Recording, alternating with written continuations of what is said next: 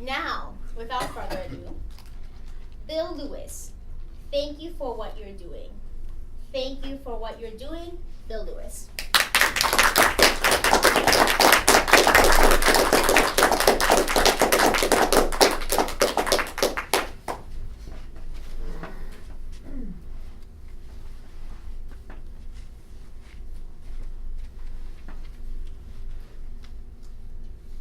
That is what Elizabeth Warren said to me on Wednesday.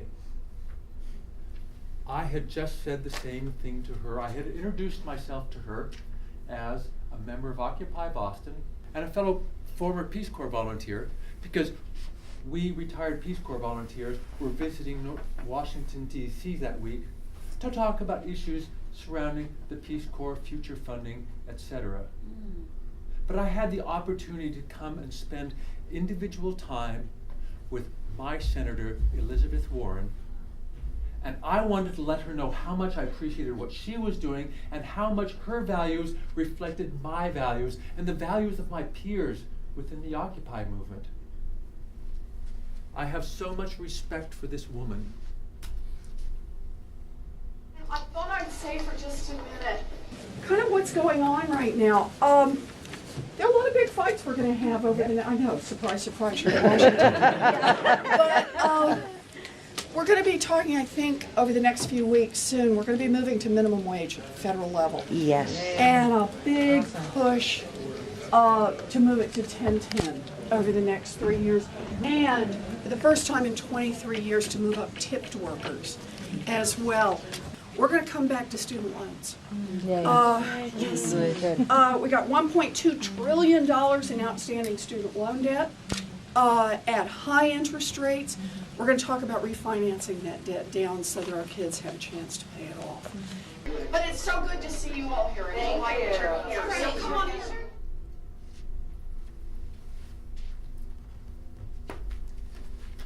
I had an interesting conversation with several of my Toastmaster compatriots about tipping.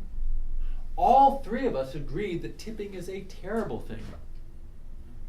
However, they felt that tipping was to ensure promptness, and if they didn't get really good service from somebody, they weren't leaving a tip. Whereas I felt that everyone who works a 40-hour week deserves to get a living wage. And I say we should pay them enough to live on, and tips will disappear because they are not needed. And until that time, I'm leaving 20%. Yeah. Our students are graduating from college with $50,000, $100,000 in loans. And if they do declare bankruptcy, student loans don't go away. What are we doing to our students? That's insane. What is wrong with our country? We are doing these terrible things, and we are letting our corporations profiteer off of the pain of our students, our futures. And this is not a left-right issue. Last week I was visiting my brother out in Utah, and I went to the Toastmasters Club at Hill Air Force Base, and I gave the same speech that many of you heard me give here. I showed Ducky talking about getting tear gassed by the cops. I showed me in front of Marie's house preventing a foreclosure sale.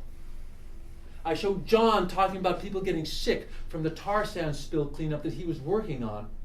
And afterwards, Air Force officers came up to me and said they agreed with me.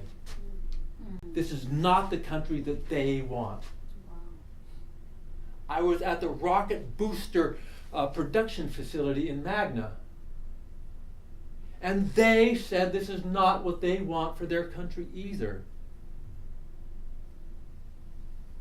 We want a democracy.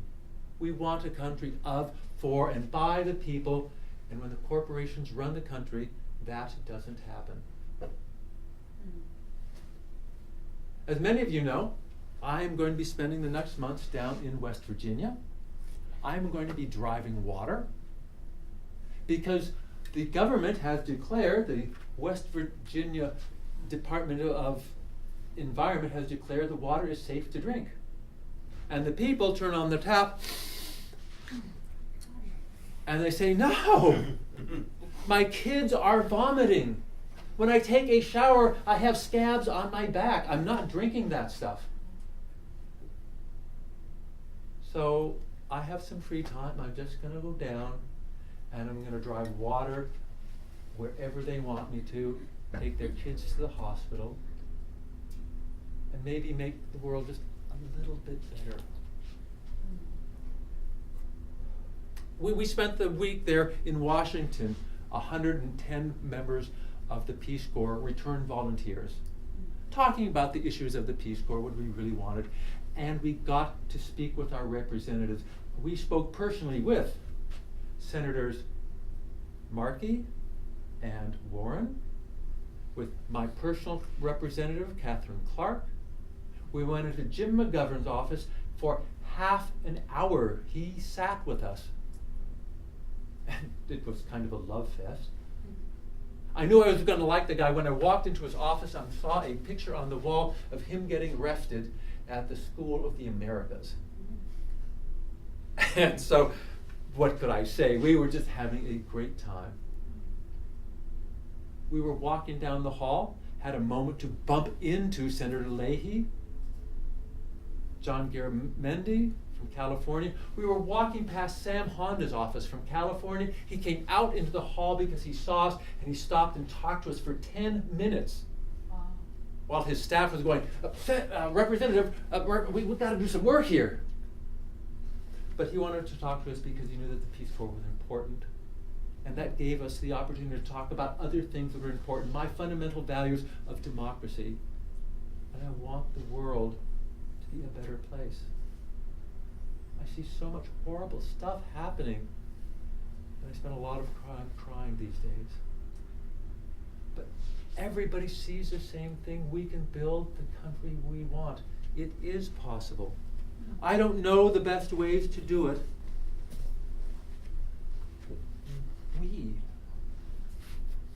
We are unstoppable.